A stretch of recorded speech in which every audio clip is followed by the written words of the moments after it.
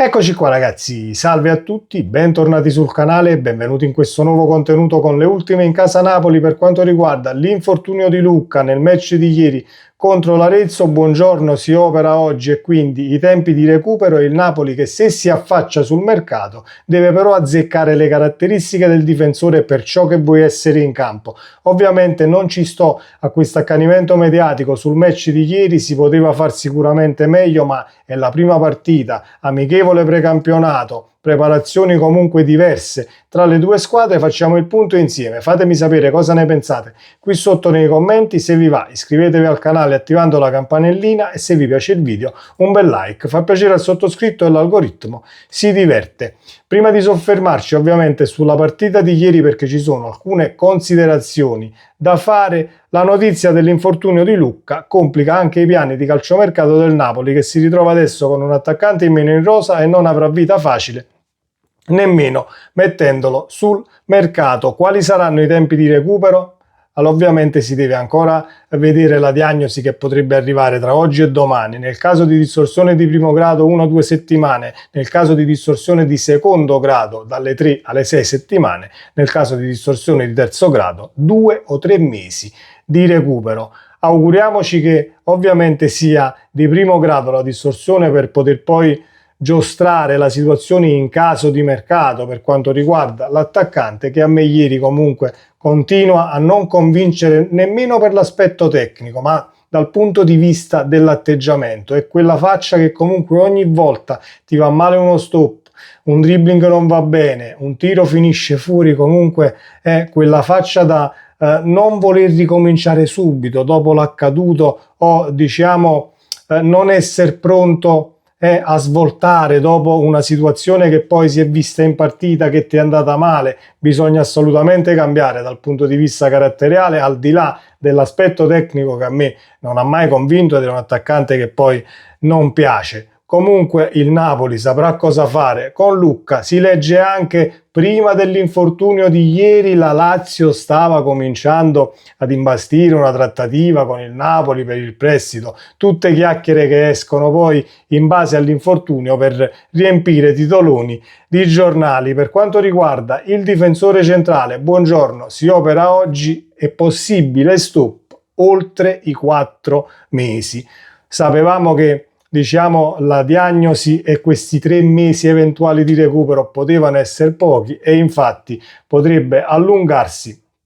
il periodo di assenza dai campi per Alessandro Buongiorno. Il Napoli deve intervenire sul mercato, benissimo, vuoi intervenire ma devi azzeccare le caratteristiche del difensore centrale in base a ciò che vuoi essere in campo. Ieri la partita ci presenta secondo me due spunti diversi tra primo e secondo tempo. Nel primo tempo a me è piaciuto tantissimo per atteggiamento e per non aver sprecato praticamente la chance e nessun pallone che gli è arrivato tra i piedi, la prestazione di Prisco, al di là di un giovane che comunque vuole farsi vedere, Alisson che ha un po' sicuramente imballato come tanti nelle gambe ed è una cosa normalissima per quanto riguarda la preparazione, però diciamo che dal punto di vista degli esterni siamo messi bene. Bisogna trovare la quadra per quanto riguarda l'attaccante centrale, che Lucca rimane, che Lukaku rimane, non si sa ancora, vedremo poi chi andrà ad affiancare Højlund, che secondo me è uno tra quelli che soffre di più la preparazione dal punto di vista delle gambe pesanti. Poi il primo tempo presenta un Napoli completamente nella metà campo avversaria, possesso palla, circolazione di palla, magari il verticalizzare di tanto in tanto quando se ne creava l'occasione. Ovviamente Allegri ha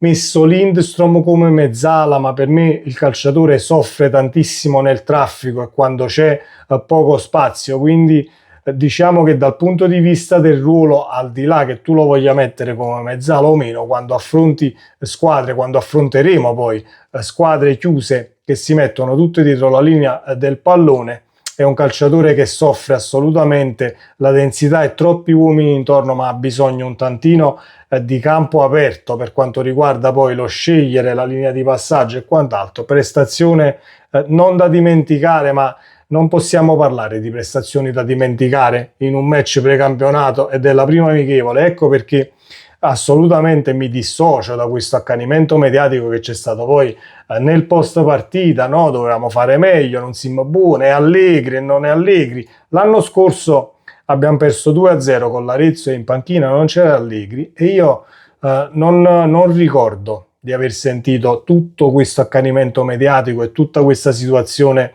diciamo, contro Napoli, allenatore, eccetera, eccetera. Sicuramente potevi fare meglio, ma l'Arezzo ha 11 giorni in più di preparazione nelle gambe, punto primo che pesano e non poco per quanto riguarda la freschezza e la lucidità nelle idee e sulle linee di passaggio. Nel secondo tempo un Napoli ovviamente diverso perché hanno giocato tutti quanti, ma con il play che nel primo tempo era Prisco e andava a prendersi comunque la palla tra i centrali, cercava di impostare versandosi nella metà campo avversaria. Lobotka nel secondo tempo invece si spingeva più in avanti andando a cercare di rompere le linee avversarie, creando un tantino di scompiglio e quelle superiorità numeriche che poi rendono un'azione più pericolosa quando trovi una squadra arroccata e pronta in ripartenza. Diciamo che non possiamo parlare di match assolutamente divertente, anche perché dal punto di vista difensivo comunque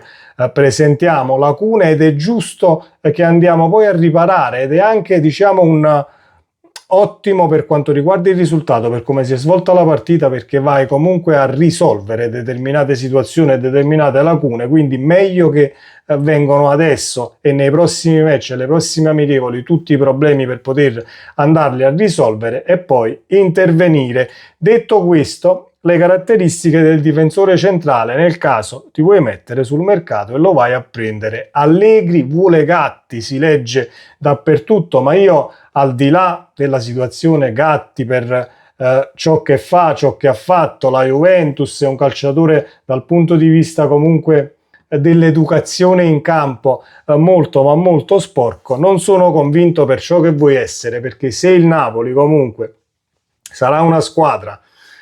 che predilige il possesso, si riversa nella metà campo avversaria, vuoi comunque avere il comando della partita, rischiando talvolta qualche ripartenza avversaria, ti serve un centrale molto veloce nell'andare a recuperare. Quindi diciamo che sfuma anche quella situazione Thiago Gabriel che abbiamo esaminato sul canale, perché comunque Thiago Gabriel quello che soffre sono le ripartenze in campo aperto e quando becca esterni o attaccanti molto ma molto veloci un tantino le soffre. Un difensore da area di rigore che sa il fatto suo per quanto riguarda il difendere l'area e quindi torna in auge questa situazione. Solé sarebbe il difensore giusto nel caso vuoi sostituire Buongiorno? Secondo me sì, per come ti vuoi mettere in campo, difensore che rompe la linea, sicuramente più veloce dal punto di vista dell'uscire poi palla al piede, ma il Napoli non sembra poi voler affondare il colpo, visto che in rosa ci sta Marianucci o Baretin, si dice, abbiamo difensori, Rafa Marin che a me non tanto ha convinto nemmeno ieri. Non vado ad analizzare i gol presi perché sono dormite difensive, il primo addirittura con un colpo di testa dove l'attaccante avversario è sulla linea di porta o quasi e comunque prendiamo il gol. La ribattuta sul secondo comunque è una condizione fisica che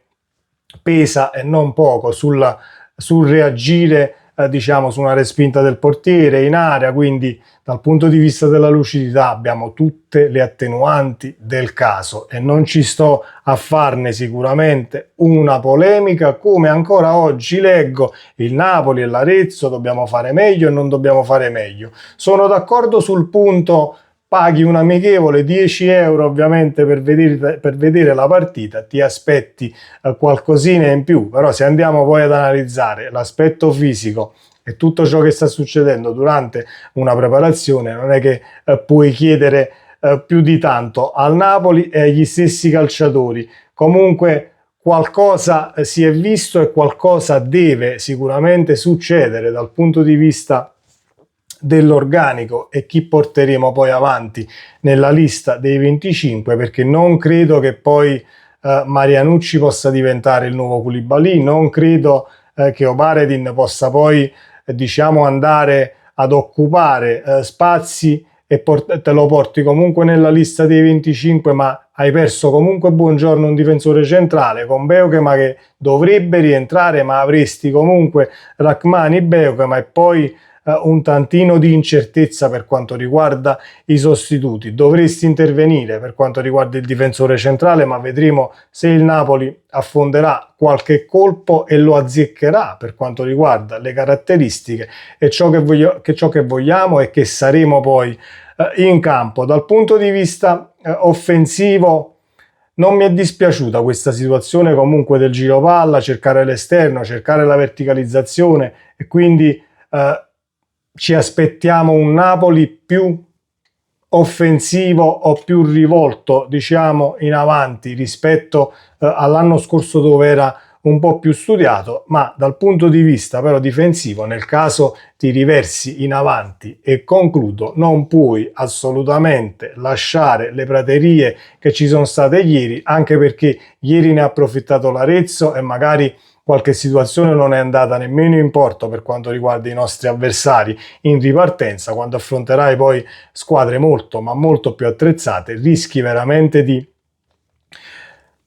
finire la partita con un passivo molto ma molto diciamo molto ampio. Quindi dobbiamo sicuramente fare attenzione e colmare le lacune e studiare gli errori che ci sono stati ieri, migliorare quelle situazioni. Ben vengano gli errori nelle amichevoli precampionato, come dico sempre, e senza fare polemiche. Su questo canale facciamo comunque un'analisi diciamo abbastanza lucido, cercando di essere abbastanza lucidi nei giudizi, perché non possiamo sicuramente scagliarci contro calciatori, contro i singoli come sta succedendo e lo leggo dappertutto. Forza Napoli sempre, ci vediamo nel prossimo video, ciao!